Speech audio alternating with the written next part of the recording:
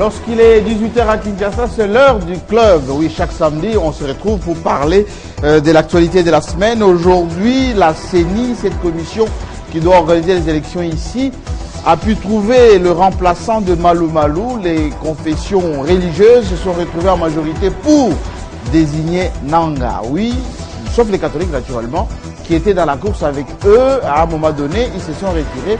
On va en parler tout à l'heure pour savoir si à chaque fois, l'Église catholique joue cavalier seul, parce que la majorité des religieux ont opté pour Nanga. Premier sujet donc. Le deuxième, c'est l'Afrique avec sa démocratie ou ses démocraties, parce que depuis une quinzaine de jours, cette vague d'élections de la Guinée en passant par la Côte d'Ivoire et demain référendum au Congo-Brazzaville, eh ben, il y a toujours cette manipulation de l'Occident, des anciens colonisateurs, de la classe politique. On l'a vu en Guinée, les opposants n'ont pas déposé de recours. Moins encore au Congo-Brazzaville où une contestation du référendum n'a pas eu lieu parce que François Hollande a parlé. Et en Côte d'Ivoire, on va le vivre ce samedi, plutôt ce dimanche, avec notamment quelques retraits des candidatures, mais Alassane Ouattara veut voir, en tout cas devant lui, le boulevard. C'est le club, c'est maintenant, c'est 18 h. Bienvenue. Et la majorité a fait semblant comme si l'État était élu par... Quand vous allez en France et en Belgique, on vous traite de noir. Et pourquoi quand ils viennent ici, on ne fait pas les gens? Et après, c'est mal la décision. Pourquoi il n'est pas la même? Club 50, c'est le rendez-vous des grandes signatures, les grosses pointures de la presse en République démocratique du Congo, pour décortiquer et analyser l'actualité de la semaine, afin de permettre aux décideurs de prendre les bonnes décisions. Alors, si vous ne voulez pas rater l'essentiel de l'actualité en RDC, rejoignez-nous au club chaque samedi 18 h. C'est le Club 50.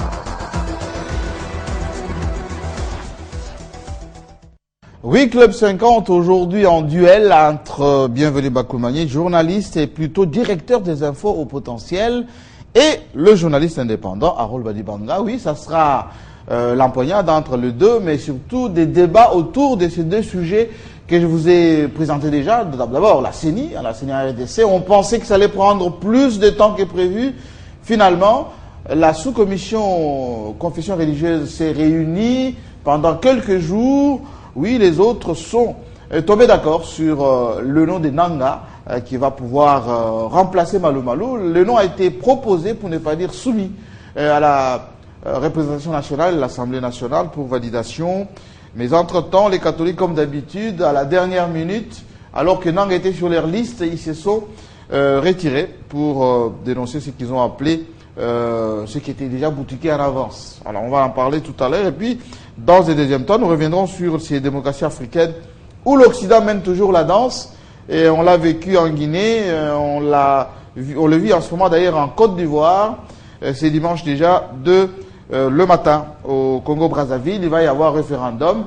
François Hollande a acquiescé et tout le monde est d'accord maintenant pour y aller sans casser quelques babioles. Voilà, on se retrouve ensemble. Bienvenue Bakoumani, je l'ai dit tout à l'heure. Aujourd'hui, on aura un peu plus de temps d'antenne, pour ne pas dire un duel dans des journalistes souvent qui partagent les mêmes points de vue, mais qui ont toujours des divergences d'analyse dans la profondeur. Oui, absolument. Cette fois-ci, je pense que les sujets tels qu'ils se présentent, oui. Les contradictions sont au rendez-vous. Absolument. Alors, voyons voir d'abord, avant d'entrer dans le vif du sujet sur ces deux points, c'est qu'on vient d'apprendre les nouvelles mises en place de la majorité présidentielle. On a reconfiguré la majorité, c'est-à-dire Obé Minago qui était secrétaire général, il vient d'avoir un adjoint qui vient de l'AFDC. Et puis, il va y avoir un nouveau porte-parole, il est déjà nommé d'ailleurs, c'est l'ambassadeur Atundu Liongo, qui est devenu le porte-parole de la majorité présidentielle. On a l'impression que malgré la fronde et les départs des G7, les choses se remettent un peu en place au fur et à mesure au sein de la majorité présidentielle. Il aurait fallu ces secousses pour que les PPRD, les partis de la majorité puissent un peu se bousculer, pour ne pas dire se réveiller, pour se réorganiser à nouveau. Non, Jean-Marie, je pense même que la majorité n'est pas allée jusqu'au bout de la logique. Aujourd'hui, qu'on puisse adjoindre à Obé Minakou des adjoints, oui. Qui viennent de l'AFDC. L'AFDC de l'ARC. Il y en a aussi un qui vient de l'ARC. Moi, je suis d'avis plutôt qu'il fallait étêter la majorité présidentielle remplacer justement Aubin Minakou. Donc, de votre point de vue, Minakou devait être remplacé. Absolument, parce qu'on ne garde pas on ne garde pas un général qui fait perdre des troupes, hein, un général qui, en cours de chemin, lors de la bataille, laisse des troupes sur le bord de la route. Ce général-là ne peut pas être reconduit. C'est un général qui doit être remercié pour les bons et loyaux services rendus. Mais le fait qu'il a été renforcé par le grand parti maintenant, le FDC de Bahati, qui est resté loyal, fidèle, ça démontre par suffisance que, bon, ce qui n'a pas pu faire peut-être Bahati et les autres adjoints, de l'ARC aussi, qui sont là, qui vont pouvoir le soutenir pour peut-être le booster pour qu'il aille Non, non, Jean-Marie. Le leadership en cette matière, c'est l'individu. C'est la tête toujours. C'est l'individu, c'est lui qui incarne justement. Mais à quel niveau Minakou a failli? Ben, Minakou a failli. Lorsqu'il y a des défections, Jean-Marie, c'est que quelque part. Il n'y a pas de mauvaises troupes. La tête n'a pas bien fonctionné, il n'y a pas de mauvaises troupes, il n'y a que de mauvais chefs. Oui. Et lorsque le chef a failli, avec des conséquences au niveau de la majorité telles que. Il ne faut pas minimiser le départ du G7. Oui. C'est un grand coup, il ne faut pas minimiser le départ de Moïse Katumbi. C'est aussi un coût important. Donc Minakou aurait dû bien gérer tout ça. Il aurait dû bien gérer tout ça, il aurait dû arrondir les angles, il aurait dû trouver des pistes pour que les gens, pour que les lignes puissent être bien tenues. Il n'a pas tenu les lignes. Il n'a pas tenu les lignes. Chaque fois, il faut recourir à l'autorité morale. Et on voit même comment la majorité est incapable de communiquer sur la vision réelle du chef de l'État. Oui. Hein, le G7, parce qu'il faut qu'on en parle, parce que ça vient de là. Oui. Le G7 est arrivé à mettre dans la tête, dans la mémoire des Congolais, que le chef de l'État est le fossoyeur de la Constitution. Alors et aujourd'hui, le G7 est devenu comme les garants de la Constitution. Dans l'opinion, c'est ça malheureusement. Oui. La MP, dans sa stratégie de communication, n'a pas vu ça. N'a pas vu ça. Au lieu de faire en sorte que ce qui vient d'être acquis, être ancré dans la mémoire collective, que le chef de l'État, c'est le fossoyeur de la Constitution, puisse être enlevé, mais on n'a pas vu ça. Donc ce qui pouvait être dit, c'est ça la phraseologie, c'est que Aubin Minakou devrait d'une part enlever au G7 le faux prétexte. Le faux prétexte, si c'était faux, oui. Hein, enlever ce prétexte, démontrer que les garants de la Constitution, c'est Joseph Kabila. C'est constitutionnel. Oui. Mais le G7, ils ont touché justement là où Kabila est assis, hein, le socle même du pouvoir, c'est-à-dire le garant de la Constitution. Il apparaît aujourd'hui que le garant de la Constitution, c'est le fossoyeur de la Constitution. Et ça vient de l'intérieur des troupes de Aubin Minakou. Mais comment est-ce qu'un homme qui a descendu le chef de l'État de cette manière, on peut le remercier et même le reconduire? Il a plus à travailler au niveau de l'Assemblée nationale, où il peine aussi à imposer son leadership. Oui. Ça, il faut aussi le dire. Alors, on va peut-être prendre Harold Badibanga, quand on écoute votre vis-à-vis, c'est comme si Aubin Minakou, on l'a repêché avec ses mises en place. Certes, on n'a pas dilué son autorité, mais on l'a renforcé avec des adjoints. Est-ce qu'il aurait fallu aller plus loin que ce qui vient d'être fait au niveau de la majorité? Non, je me rends compte que les ambitions avec lesquelles mon co-débatteur vient dans les duels, c'est de le perdre. Oui. Dans la mesure où il ne comprend pas lui-même que lorsqu'on parle d'un bon chef et non de mauvaises troupes ou vice-versa, on doit comprendre ici que ce qui a été fait par le G7, c'est juste qu'il y a des gens dans les troupes d'un commandant qui est pour le moment dans la majorité présidentielle comme secrétaire général Aubin Minakou, des gens qui n'avaient pas de cœur à l'œuvre.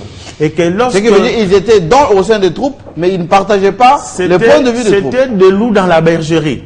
Alors, lorsqu'ils se mettent à partir, au lieu que mon co-débatteur arrive à comprendre que ce qui s'est fait, c'est le fruit d'un bon travail dans la mesure où un mauvais chef ne se rendrait même pas compte qu'il faut réorganiser les choses pour que ceux qui ne sont pas balayés de l'intérieur avec moi se rendent compte que leur place n'est pas là. Ils pensent que c'est une faiblesse. Non, c'est pas de cette façon.